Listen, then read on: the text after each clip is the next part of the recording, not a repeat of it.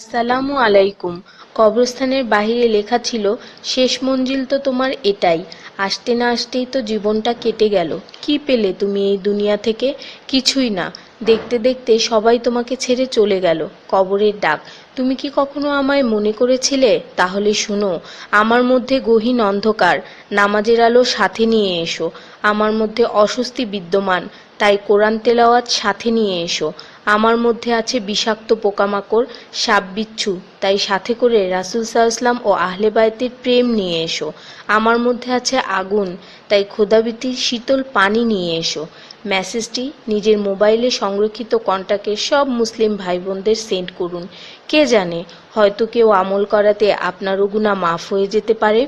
ঈমানের পর যার নামাজ উত্তম তার জীবন উত্তম, যার জীবন উত্তম তার মৃত্যু উত্তম, যার মৃত্যু উত্তম তার কবর উত্তম, যার কবর উত্তম তার আখিরাত উত্তম, যার আখিরাত উত্তম তার জন্য জান্নাত নিশ্চিত। সো ডোন্ট মিস নামাজ।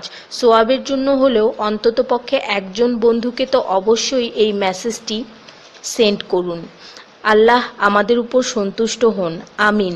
5 জায়গায় হাসাহাসি করা সাধারণ গুনার চেয়ে 25 গুণ অন্যায়। 1. কবরস্থানে। 2. জানাজার পিছনে। 3. কোনো মজলিসে। 4. কোরআন তেলাওয়াতের সময়।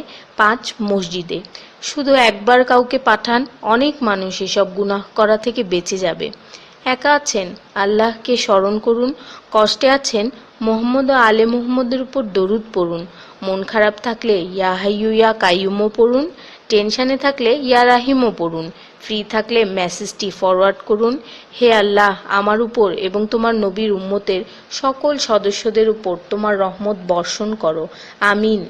তথ্য: আপনি কি জানেন পবিত্র কোরআন শুনলে ক্যান্সার হয় না? আর যদি ক্যান্সার সেল শরীরে থেকেও থাকে তাহলে তাও মারা যায়।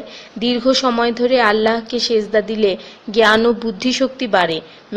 মাথা ব্যথার সমস্যা হয় না, চুল পড়া দূর হয়ে যায়। এই মেসেজটি ফরওয়ার্ড করতে শয়তান আপনাকে বাধা দিবে, কিন্তু আপনি এটা হতে দিবেন না। আর সব কন্ট্রাক্ট নাম্বারে সেন্ড করে দিন। কোরআন ও নবীর সুন্নত ও তার সম্মানিত সাহাবী এবং আহলে বাইতের অনুসরণ করুন। ক্যান্সার একটি ভয়ঙ্কর রোগ। অনেক মানুষ আছে যারা নিজেরাই এটাকে দাওয়াত দিয়ে নিয়ে আসে। ছোট অথচ সাধারণ কিছু পদক্ষেপ গ্রহণ করলেই এই রোগ থেকে বাঁচা যায়। বেশিরভাগ মানুষ খাবারের পরপরই পানি পান করে নেয়। খাবারের পর পানি পান করলে রক্তে বিদ্যমান ক্যান্সারের জীবাণু থেকে তৈরি হওয়া ক্যান্সার সেলগুলোকে অক্সিজেন সরবরাহ করে। নবী পাক সাল্লাল্লাহু বলেছেন, খাবারের আগে পানি পান করা শেফা।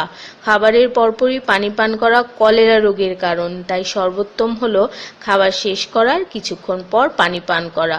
তিনি আরও বলেছেন, 1 চিমটি লবণ খেয়ে খাবার শুরু করো আর 1 চিমটি লবণ দিয়ে খাবার শেষ করো। এ কথাগুলো তাদেরকেও জানিয়ে দিন যারা আপনার কাছে জীবনের চেয়েও প্রিয়। যদি কোনো ব্যক্তি ঘুমানোর সময় 21 বার বিসমিল্লাহির রহমানির রহিম পড়ে, আল্লাহ তখন ফেরেশতাদেরকে হুকুম দেন এই ব্যক্তির প্রতিটি নিঃশ্বাসের বদলে নেকি লেখা হোক। আপনার মোবাইলে যত নাম্বার সেভ করা আছে তাদের সবাইকে এটা ফরওয়ার্ড করুন, আর তখন দেখবেন কত মানুষ আপনার কারণে বিসমিল্লাহ পড়ছে। শেফা আর শেফা। রোজ একটা করে আপেল, নো ডক্টর। রোজ 4টা বাদাম, নো ক্যান্সার। রোজ একটা লেবু, নো ফ্যাট। রোজ 1 glass milk, no bones problem. রোজ 12 গ্লাস পানি, নো স্কিন প্রবলেম। রোজ 4টা খেজুর, নো উইকনেস। রোজ 5